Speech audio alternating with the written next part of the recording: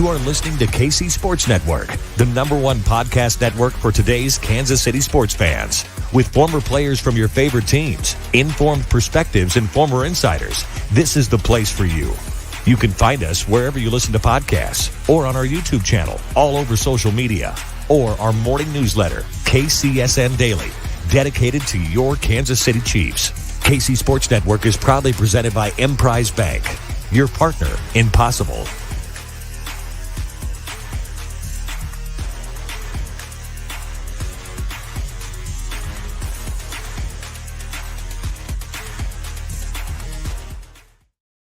Folks, welcome in to KCSN Update. Again, we're back with some more news. I'm here with my partner in crime, Matt Lane, for all of the breaking news. Matty, we are on top of everything that's going on. How are you doing today, Matty?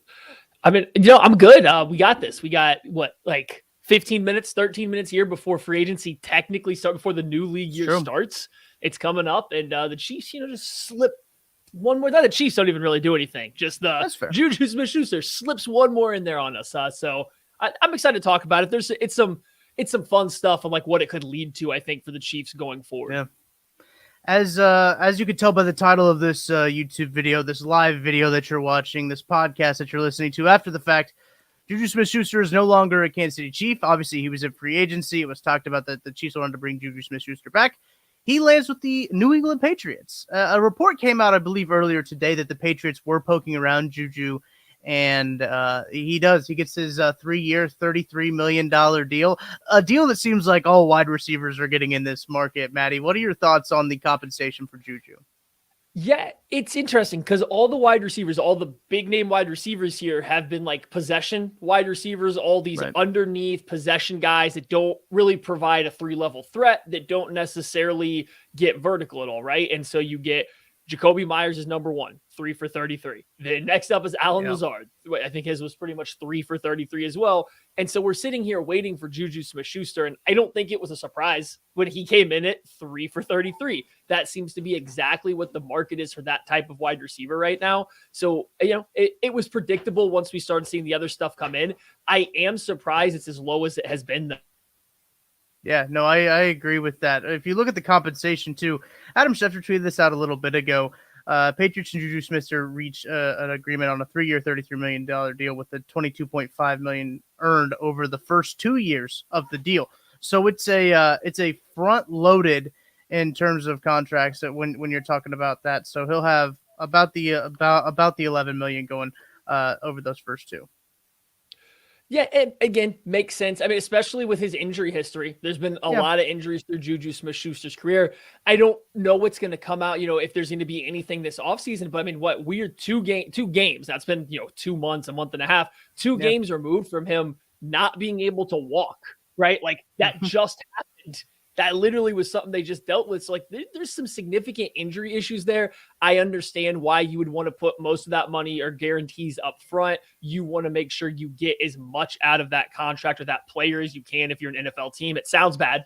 Sounds bad to say, but you want to get the absolute most you can out of that player before it might fall apart. It's I get it from New England's standpoint. I get it from JuJu's standpoint as well. I'm really interested to get your thought on this. The Chiefs and the Patriots are the 2 teams competing for his services, right? And the Patriots, as it said, offered more money than the Chiefs did. So that means the Chiefs didn't go up to 3 for 33, or I don't think they got that close, right? It doesn't sound like they were even that close. It sounded like New England had a substantially better offer. What do you make of that?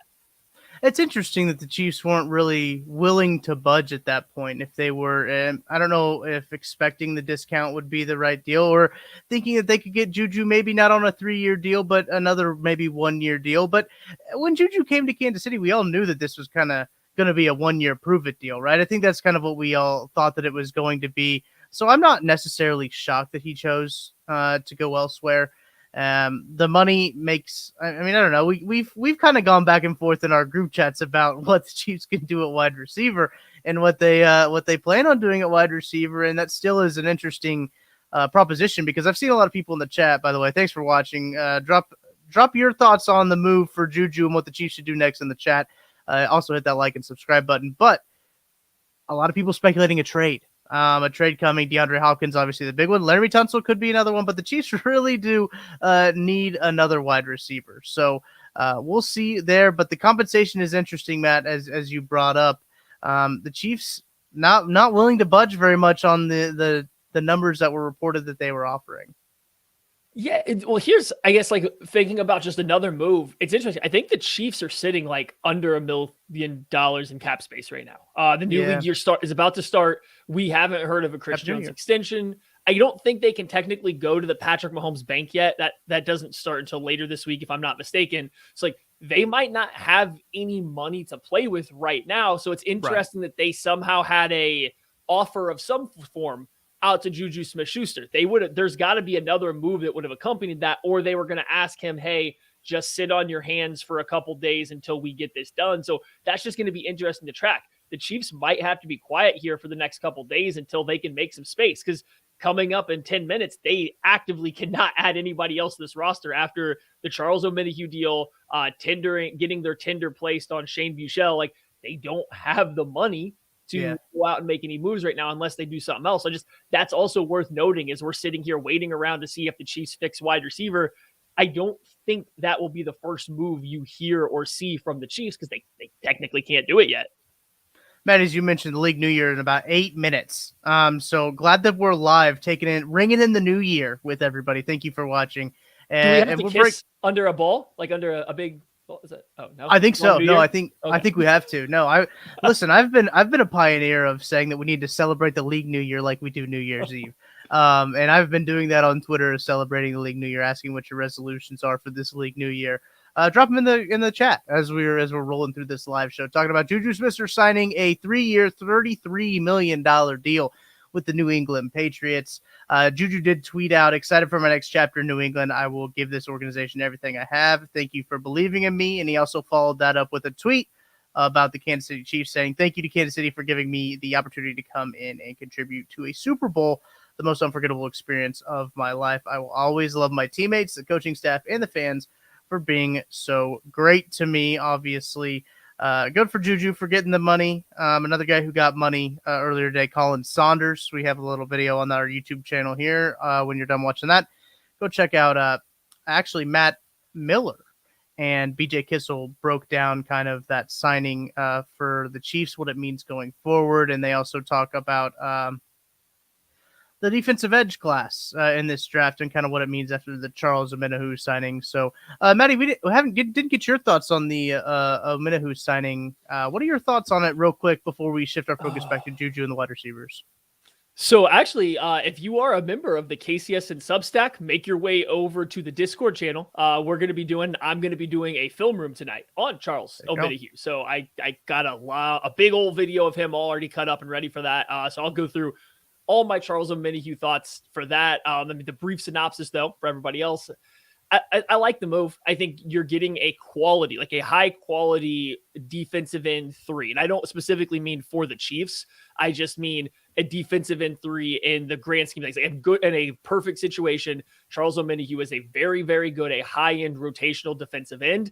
The thing is, if you watch him at San Francisco, they didn't put him on the field for rushing downs, but when they did, it wasn't bad. It's not like he was a bad run defender. So I think there's a little more upside. He's got a couple go-to pass rush moves, and I think there's a little bit more room for improvement there if he just continues to develop some of his handwork and some of his like power-specific moves. Going to go over all this tonight. It's like I think there's actual potential for him to be a quality defensive, like NFL defensive end too. So I really like the move. I think it just came out. That's only $8.6 million fully guaranteed in the deal. That's a pretty good deal. So yeah, I like the deal a lot. I think worst case scenario, you get a high end rotational edge rusher, but I think there's potential by the end of the year. You're looking at him and going like, I wonder if he's not the second best defensive end on this team. And that's with or without George Karlaftis taking another step. Like I think he could really compete for that right away. We broke down that move last night. Craig Stout was on with us on the Outside the Trenches podcast, kind of broke down the Omenihu signing. And he even said in the podcast, he thinks that Omenihu will be second in sacks on the team next year, which I'll buy it. Could be very realistic. I think so too, Matthew. But let's talk about JuJu a little bit more. Obviously, signing that 3-year, $33 million deal. with the New England Patriots. The Patriots, earlier in the day, there was a report out there that they were looking at different wide receivers for Mac Jones. So I don't know if this comes as a surprise. I've seen some people in the chat say that the Patriots seems like an interesting destination for him. What do you think about the match with JuJu in New England? I think it's perfect. They lost Jacoby Myers, right? And I mean, JuJu Smith-Schuster can do essentially all the same stuff. Maybe Myers is a little bit better on intermediate routes, but like it's not significant. It's not a significant margin. So JuJu Smith-Schuster steps into a role that they already have carved out. So, and whatever Myers separates himself as like an intermediate route runner, I think compared to JuJu's better with the ball in his hands. He actually produces yards after the catch. And I think that's a good thing for a New England offense that is being led by Mac Jones. Like he is not going to surgically, carve up a defense. They're going to have to produce some yards. So I think JuJu for them makes a ton of sense. I think Chiefs fans are like in one of two camps. You either think the Chiefs should have paid JuJu this money and they're really going to miss him, which is maybe true. Or you're like, oh my goodness, JuJu's not any good at all. Look at, all these games where he didn't do anything. He stinks. Yeah. Why would the Patriots want him? Like the truth is probably somewhere in the middle. I think he'll be very good for that offense there. And I think he'll get a chance to shine a little bit more. People forget he's sharing a lot of like what he does best overlaps with Travis Kelce. There's going to be a lot more potential targets for him in New England, not having Travis Kelce run the essential same route tree. Very much. Thank you, everyone, for watching as we are rolling through this live show, giving you our reactions to JuJu Smith-Schuster signing with the New England Patriots for a 3-year, $33 million deal. Averages out to about $11 million APY. We've seen a lot of wide receivers get that money, and I've seen some. There's a poll out on the KCSN Twitter account. Joel put out a poll, said what free agent wide receiver would you like to see the Chiefs pursue? The 4 options. Well, there's really 3 and another option. 3 options: DJ Chark, Odell Beckham Jr., Adam Thielen, and then other. Out of the 3 right now, Odell Beckham Jr., actually out of all of them, Odell Beckham Jr. is the leader in the clubhouse for that category, Maddie. If I was to give you those 3 options of DJ Chark, Odell Beckham Jr., Adam Thielen, who would you want to see on the Chiefs roster? Probably the order you said them in. I think it was Odell Beckham Jr., DJ Chark, and then Adam Thielen. Adam Thielen rounds it out to me. That's a signing that I think you make in 2 more weeks because you couldn't fill a wide receiver and you get him on a 1-year, $5 million deal or something. I don't see the upside with that one. DJ Chark, I think there's potential there. I actually think after he returned from injury last year for the Lions, he came on pretty strong, good size, height, speed kind of guy. He's a little bit limited as a vertical route runner, but I think you would bring him in and you could see what he could do. It's just that's a lot of overlap with MVS. He's just coming off of a 1-year, $10 million contract. And when on the field, he kind of lived up to it. So I don't know how cheap he'll be. It's like, I'm not disappointed with DJ Chark, but if I look at Odell Beckham Jr. and I go back to the last time we saw him be healthy, that's the only guy you named that's a 3-level threat. That's the only guy you name that can win short, intermediate, and deep. That's the only guy that has like better than wide receiver 2 potential out of those 3 guys right now. So yeah, it's risky because he's older. He's coming off of the missed year, but man, you go back and watch him in the playoffs for the Rams before that injury. I'm not saying he's as good as he ever was, but he clearly still flashed high-end wide receiver 2, potentially wide receiver 1 potential. I think if this is what we're dealing with, that's the guy you're worth taking a swing on. I like it too. What intrigues me the most about DJ Chark when I was looking through, just a list of wide receiver free agents still left is his age. It's clear that the Chiefs have made a concerted effort to go youth, right? If you look at the signing they just had on defense, you look at Jawan Taylor, both guys 25 years old. DJ Chark's 26, probably will be 27. I need to look that up when the league starts, but right now he's 26. So that's what makes it interesting for me is just the age there. But you're right. I mean, when he was back with the Lions, when he came back from injury, the Lions were really rolling. And I just need to say, it's 3:00 Central Time. Happy League New Year to everybody. Hug your loved ones. Happy League New Year. We made it. The new league year is here. Popping the champagne and everything.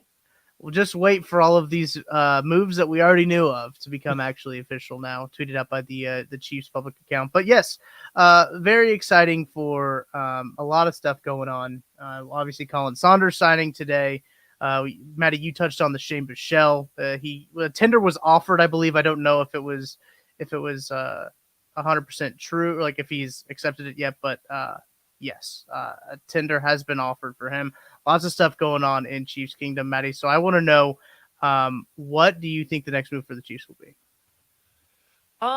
Okay, next, well, first thing they're gonna have to do is bank of Mahomes or extend Chris Jones. Like, I think that's the very clear next move that's coming up for this team. But let's say they do that, or they find another way to clear cash, a Tooney, Kelsey restructure, whatever it is. Let's say they clear out cash and they have some space. They need two things real bad. Losing Colin Saunders to the New Orleans Saints, like in free agency, they don't have a nose tackle on this roster currently. Like, I mean, I guess Right. technically they have Danny Shelton's hanging around, but like they don't have a nose tackle on this roster currently. It's just not something they have. So they need at least one, if not two more defensive tackles, I think, before you go into the draft. If you're operating under the same idea that Brett Veach always does of not going in with glaring holes, they have a glaring hole right now. It's not the sexiest position. It's not the position that most people consider the biggest need, but they actively don't have a nose tackle. So that's one. And two, wide receiver. We spent all offseason listening to these reports that the Chiefs are okay with their wide receiver room, talking about bringing back JuJu Smith-Schuster and talking up what this wide receiver room could be with JuJu Smith-Schuster.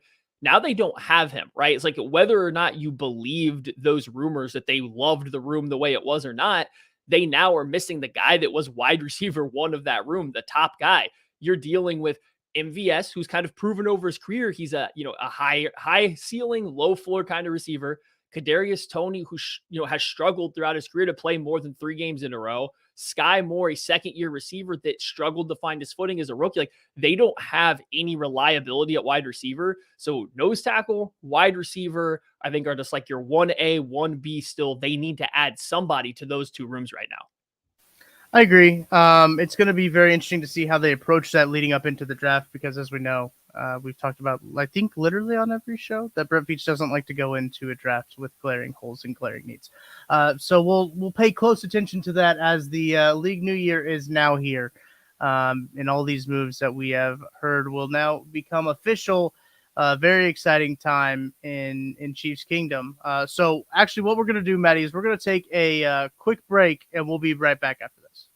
Folks, I got to tell you about today's sponsor, and that is Athletic Greens. I've been taking AG1 by Athletic Greens literally every day, and I gave it a try because I wanted to get that better gut health. I wanted to have the sustained energy. You got to support the immune system, especially this time of the year. And I hated taking all those pills and vitamins to actually get all those supplements, and it tastes great as well. I take it in the morning before I start my day, before I make that cup of coffee, and it makes me feel ready to take on everything that we've got going on here at KCSN. And you know, all great athletes take care of their body. I'm not the same kind of athlete as Patrick Mahomes, but I still like to take care of my body, and that's when I've been going to AG1. That's why I'm a huge fan. You get all that nutrition in just one little cup. It's great for long-term gut health support as well, with just 75 high-quality ingredients that give me key daily nutrients. If a comprehensive solution is what you need from your supplemental routine, then Athletic Greens is giving you a free 1-year supply of vitamin D and 5 free travel packs with your first purchase. Go to athleticgreens.com/KCSN. That's athleticgreens.com/KCSN. Check it out. All right. Thanks for sticking with us through that break. If you didn't know, JuJu Smith-Schuster has chosen to sign with the New England Patriots for 3 years, $33 million, on par with what the market is going for so far. And that wide receiver market, it seems like everyone is getting the same deal. Unlike last year where we had a kind of a skyrocket, we're kind of seeing everything level out in terms of the market. So not a shock there. I don't think coming into this season, we knew that there was going to be probably a dip in the market because of the pedigree of free agent wide receivers. And let us know in the chat what you think moving forward for the Chiefs, what you think the Chiefs' next move is going to be. I've seen a lot of trade talk about DeAndre Hopkins, about Laramie Tunsil. The Chiefs are going to need to address that wide receiver position. So let us know in the chat who you guys think. Lots of D-hops in the chat, Maddie.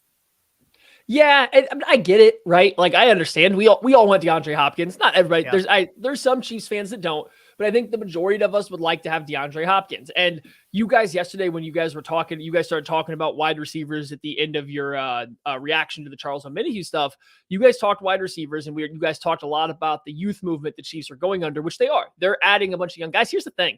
Chiefs already had a young roster though, right? Like, yes, it's cool to keep adding young guys. And like, I'm not upset that they're adding only 25-year-olds, right? Like I tweeted out, Cowboys better keep a close eye on Terrence Steele on his Tinder because he's 25 years old. So watch out. Brett Veach is coming. But like, there's also a time to add veterans. This team's in a Super Bowl window. Not every move you make has to be for a 25-year-old. Not every move has to be a move made for the next 2 to 3 years. There is room on rosters for a move made for a single year, for 1 to 2 years. And I think DeAndre Hopkins, a guy that's proven throughout multiple systems, two completely different types of offense. Cliff Kingsbury's hanging out over here. Bill O'Brien is like way over here, as far away as you can get in his offensive system. And he's proven he can be really good in both. So he's going to hit the ground running in Kansas City if you give him a full offseason. It makes a ton of sense to me to go out and get a veteran of that caliber to come in, be the wide receiver one, kind of help bridge the gap while Kadarius Toney and Sky Moore continue to develop and get to the point to where they're ready to take over that role. Maybe you relieve some of the pressure off Travis Kelce, who's openly talking about how hard these past couple years have been on his body. Maybe we don't have to throw him 150 targets to have a good offense because DeAndre Hopkins can eat into some of it. So I think there is a path and a rationale for a team that's trying to get younger to also add a veteran like DeAndre Hopkins.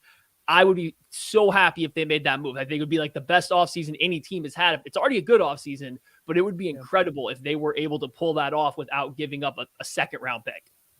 Another name that we have seen thrown around in the chat is Chosen Anderson, formerly known as Robbie Anderson. I know that there's been some people who have some interest in him.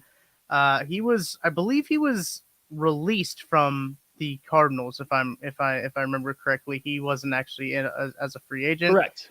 And also Darius Slayton, I believe, was released today by the Eagles. So there's more options on the market. Julio Jones, I'm also looking at the Spot Track wide receiver list. Oh no. I know. Well, there was a whole conversation going on. An old friend, Byron Pringle, available as well. There's still some interesting options out there, Maddie, when it comes to wide receivers. But do you think that the Chiefs' best option when it comes to having a new wide receiver is going to be via the trade or via the draft rather than free agency?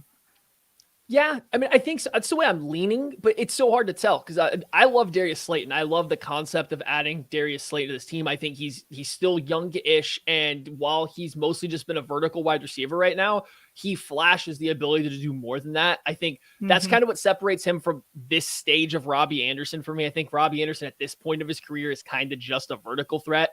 Darius Slayton, I think, is still improving. He's still developing, so maybe he'll be more. I don't think he'll be that expensive. So if you want to go get a Darius Slayton, I'm fully on board with that as well. But if we're talking about like making a difference, I think you're probably looking at a round one wide receiver there at the end of the first round, or signing or trading for DeAndre Hopkins, maybe Odell Beckham Jr. Like, I have faith that veterans like that kind of have played at that level before can come in and play at that level in week one. Guys like a Slayton or a DJ Chark, even a Robbie Anderson, I think there might be a little bit more of a learning curve while the offense figures out how to best use them. Yeah, totally agree. If you're just now tuning in, you already know that JuJu Smith-Schuster has signed a 3-year, $33 million deal with the New England Patriots. Very on par with other free agents. Allen Lazard, 4-year, $44 million with the Jets. And obviously, Jacoby Myers has the same exact deal, it seems like. A 3-year, $33 million deal, which is a year-to-year deal, which I thought was very interesting how they structured that with the Las Vegas Raiders.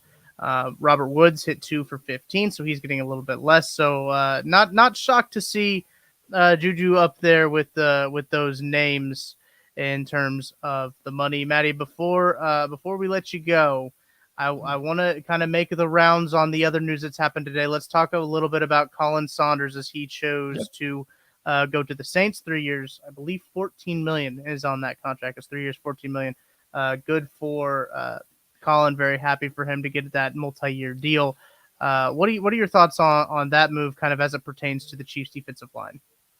I mean, first of all, good for Colin Saunders. I thought he actually might have a sneaky better market. Not that was bad. Congratulations for getting paid. But I thought that he might have a little more because if you watched Colin down the stretch, there was some pass rush juice there. And like the NFL is going to always overpay for pass rush ability. So I thought he might get a little bit more, but ended up not happening.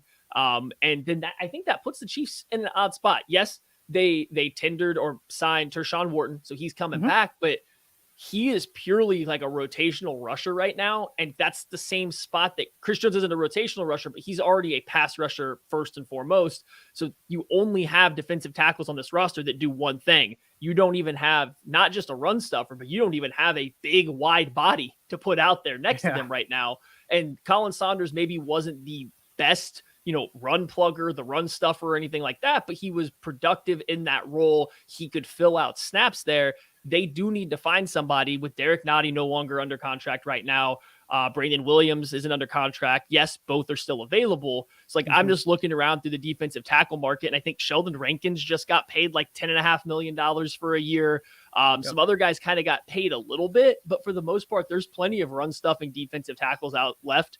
I'm going to sit here and say right now, go sign Greg Gaines for whatever it costs. Just get your nose tackle, get somebody to sit there and just plug up the run right next to Chris Jones. He won't cost that much money. You get yourself like early career Derek Nottie that was actually super productive. Like that would be the move I would make right now. I would even do that before signing a wide receiver, just because I think it'll be the easiest to fit contract wise. Former Kansas City Chief Orlando Brown Jr. is heading on to talk NFL free agency on NFL Live currently. Don't have that up. I don't have that up around me. So people in the chat are going to have to keep me up to date on the conversation that goes on there. Just wanted to throw that out there. Some other names available in the defensive tackle market. I got the list pulled up on Spot Track, Maddie. If they're not updated yet, let me know if somebody has signed. Fletcher Cox still available. Shelby Harris, Jerry Tillery could be a guy that's interesting. 26 years old. Let's check out his market value according to Spot Track, because the Chiefs are going to need to have an interior guy. They put in a waiver claim for Jerry Tillery, right? So like we know that there's some possible interest there. Just I think the issue you run into is he's just another version of Tershawn Wharton and Chris Jones. Like he's already the same guy you already have, and you have Mike Dana and Charles Omenihu who have shown that they can kick inside and pass rush too. It's just it feels like it's one specific role being flooded with bodies with somebody like Tillery, in my opinion. 100%. And you look at other guys that kind of are those bigger guys, and Ndamukong Suh. I mean, he's 36, so I would say unlikely that the Chiefs sign Ndamukong Suh early in this free agency period. If they do sign him, it'd be a later signing. Derek Nottie obviously still out there, and he's 26. I mean, he's not like he's really old. But Jerry Tillery would fetch, according to Spot Track, his market value would be about the same contract as Colin Saunders, about that 2-year, around $15 million. So I'm curious to what the Chiefs' offer was to Colin Saunders, or if Colin was kind of blown away by the Saints' offer. We'll never know. So interesting to see what they did there.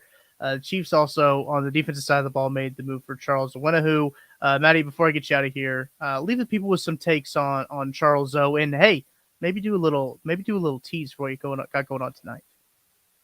Okay, so Charles Omenihu, like I think Chiefs fans are going to be excited. I think everybody kind of knows who he is. He's a name that made some rounds twice now with Chiefs fans going through the draft process, and then when Houston was shopping him, I think he was a name that a lot of Chiefs fans brought up because he is the picture perfect Steve Spagnuolo defensive end. He's got arms for days. He's tall. He's thicker. Although I think he's lost some weight since he's been in San Francisco, and it looks better on him than being 280 pounds. So he's a guy I think a lot of Chiefs fans are familiar with.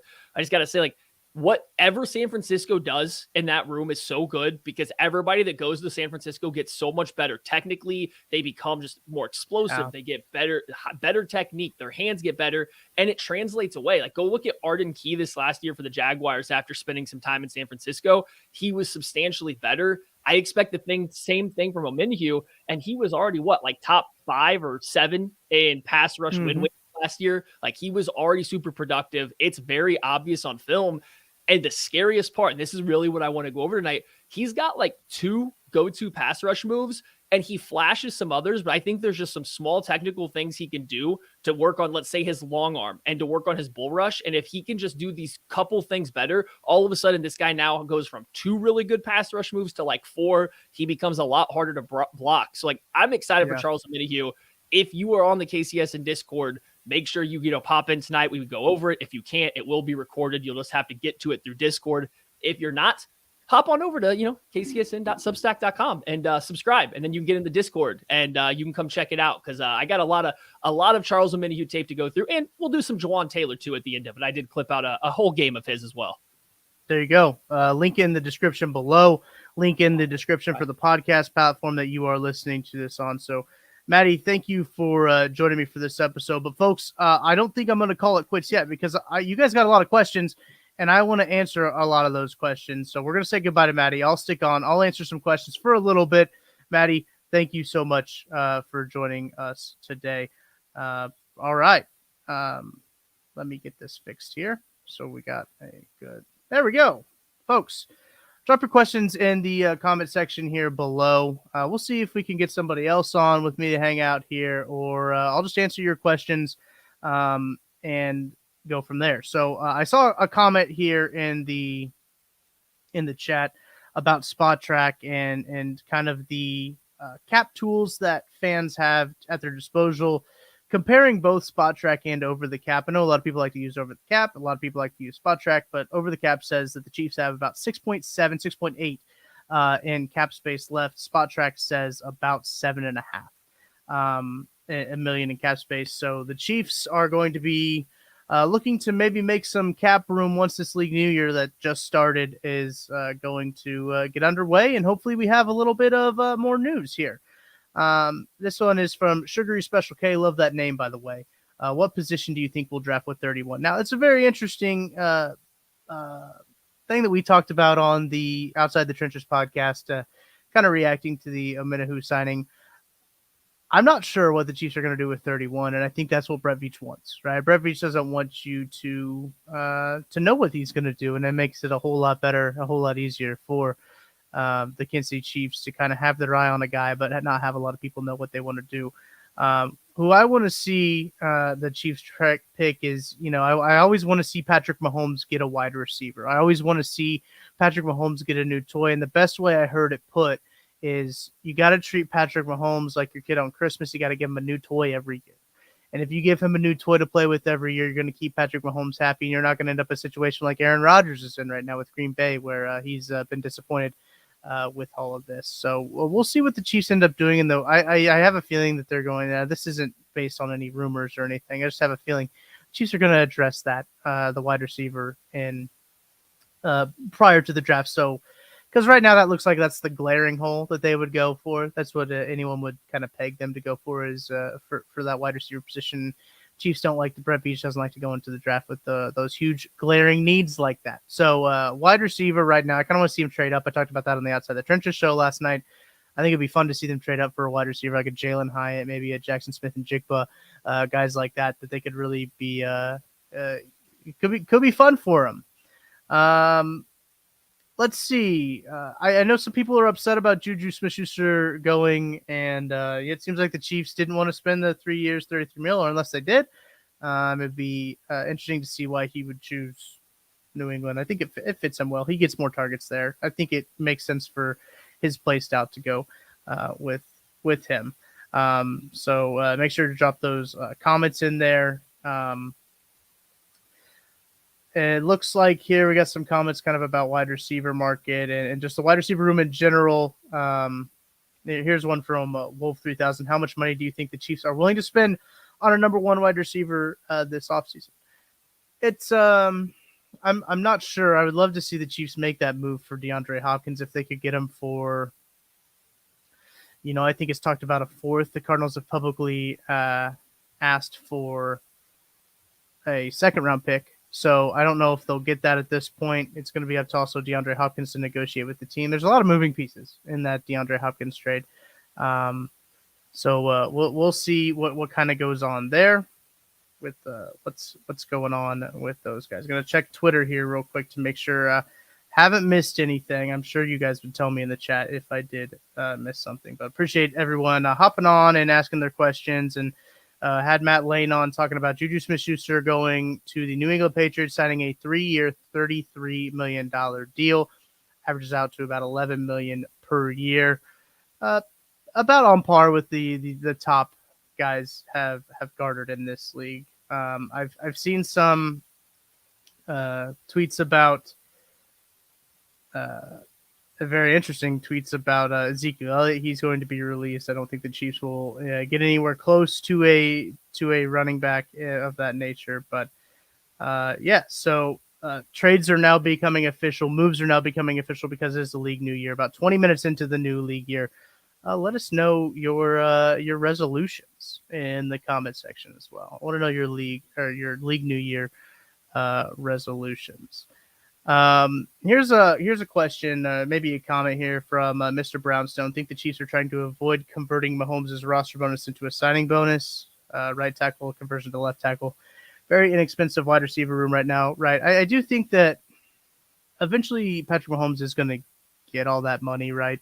So it's going to be interesting to see how they do manipulate that. They didn't convert it last year. I don't necessarily think they have to convert it this year either if they play their cards right. And if they hit in the draft, I think they'll be fine another year. But we'll see. We'll see how that all shakes out. They, according, as I mentioned before, Spot Track says they have about $7.5 million. Over the cap says they got about $6.7 million. So close in the same range for cap space left for the Kansas City Chiefs. Let me know what picks you want to see for the Kansas City Chiefs. What do you want to see him do with that cap space? Could be interesting too with a Chris Jones extension. Could be factored into this where they could restructure some money and put it on the back end of a deal. We'll see. We'll kind of see what happens. So I'll go for a couple more minutes. If you got any more questions, drop them there in the chat. Thoughts on JuJu Smith-Schuster going to the New England Patriots. Earlier today, Colin Saunders signed with the New Orleans Saints as well. So a couple pieces for the Kansas City Chiefs team last year that proved to be vital in the Super Bowl. Colin Saunders had that chase down sack of Jalen Hurts that was pretty important in that Super Bowl game. And JuJu Smith-Schuster played really well against the Eagles in the Super Bowl. Two guys that will now be on different teams. JuJu Smith-Schuster going to the AFC. The NFC is getting Colin Saunders. We've seen a lot of movement to the NFC from the AFC. I think I saw that the NFC spent over $1 billion already this free agency. So good for the AFC. Good news for there as well. So really excited there. I see from Alan DeYoung, we can move on from MVS pretty easily. Yes, that is an option. But looking at the wide receiver room right now, not a lot of bodies there. I know Justin Ross and John Ross and we got a bunch of guys on futures that can compete for spots, but you want that surefire number one kind of coming into the season. You don't necessarily need it. The Chiefs proved that last year they didn't necessarily need that surefire number one wide receiver, but would be good. Daniel, we're not going to suck. The Chiefs aren't going to suck. I'm sorry. As long as they have Patrick Mahomes, the Chiefs aren't going to suck. It'll be fine that JuJu Smith-Schuster went to the New England Patriots. The Chiefs, I'm sure, have a plan in mind for JuJu Smith-Schuster. David, I appreciate your comment here. Why are you in a different house and what have you done with BJ? Yes, we are in the process of doing some things in some spaces, and we needed internet because, listen, when there's news, I'll be live here for you.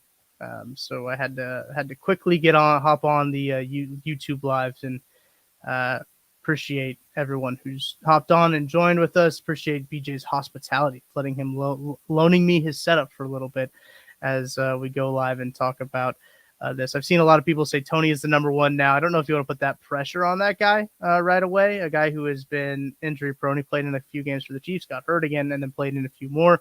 Don't know if you want to rely on that all that much. I would absolutely love to see Kadarius Toney become that number one that I think everybody in Kansas City wants him to be.